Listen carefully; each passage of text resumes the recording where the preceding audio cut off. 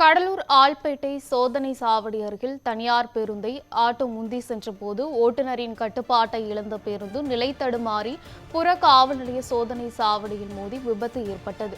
இதுகுறித்த கூடுதல் தகவல்களை நமது செய்தியாளர் விவேக்குமார் வழங்க கேட்கலாம். வணக்கம் விவேக்குமார், இந்த விபத்து எப்படி நிகழ்ந்தது? இந்த விபத்தில் யார் யாருக்கெல்லாம் காயம் ஏற்பட்டிருக்கிறது? காவல்துறையினுடைய தரப்புல என்ன மாதிரியான தகவல்கள் வெளியாகி இருக்கிறது? விவரங்களை சொல்லுங்க. வணக்கம். கடலூர் புதுச்சேரி எல்லை பகுதியான ஆல்பேட்டை சோதனை சாவடியில இன்று காலை தனியார் பேருந்து பேரிகார்ட் மற்றும் புறக்காவல் நிலையத்துல மோதி விபத்து ஏற்பட்டதுல கிட்டத்தட்ட 10க்கும் மேற்பட்டோர் காயமடைந்து கடலூர் அரசு தலைமை மருத்துவமனையில் சிகிச்சை பெற்று வருகின்றனர். கடலூர் புதுநகர் காவல் நிலைய சரகத்துக்குட்பட்ட ஆல்பேட்டை சோதனை சாவடி அருகே ஒன்று உள்ளது. இது புதுச்சேரி தமிழ்நாடு கடலூர்ல இருக்கக்கூடிய எல்லை பகுதி அருகே அமைந்துள்ளது. இந்த சோதனை சாவடியின் போது புதுச்சேரியில் இருந்து கடலூர் நோக்கி வந்த ஒரு தனியார் பேருந்து ஆல்பேட்டை சோதனை சாவடி அருகே சென்ற பொழுது அந்த இடத்துல ஆட்டோ ஒன்று பேருந்தை முற்றிச் செல்ல முயன்றதாக கூறப்படுகிறது.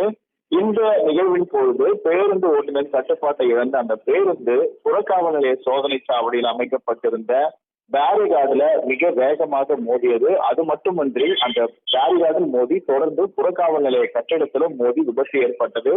இந்த விபத்துல பாத்தீங்கன்னா பேருந்தில் பயணம் செய்த பள்ளி மாணவர்கள், பொதுமக்கள் உட்பட 10க்கும் மேற்பட்டோர் காயங்கள் ஏற்பட்டது. உடனடியாக அருகில் இருந்தவர்கள் அந்த காயமடைந்தவர்களை காப்பாற்றி கடலூர் அரசு தலைமை மருத்துவமனைகள் அழைத்து சென்று அவர்களுக்கு அங்கு சிகிச்சை அளிக்கப்பட்டு வருகின்றது. மேலும் அந்த புறக்காவல் நிலையம் பகுதியில நிறுத்தப்பட்டிருந்த பேரிகார்டுகள் மற்றும் இருசக்கர வாகனங்களும் இந்த விபத்துல சேதமடைந்தது. முற்றிலுமாக சேதமடைந்து நாம் வீடியோ காட்சிகள் நாம் பார்க்க முடியும்.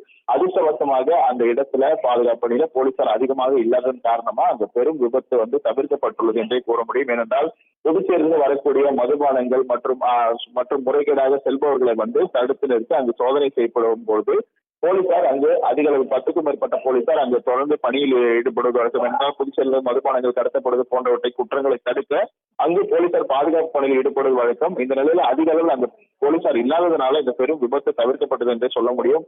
இதனை அடுத்து அந்த பகுதியில் அமைக்கப்பட்டிருந்த சிசிடிவி காட்சிகளை கைப்பற்றி தற்போது போலீசார் விசாரணை நடத்தி வருகின்றனர்.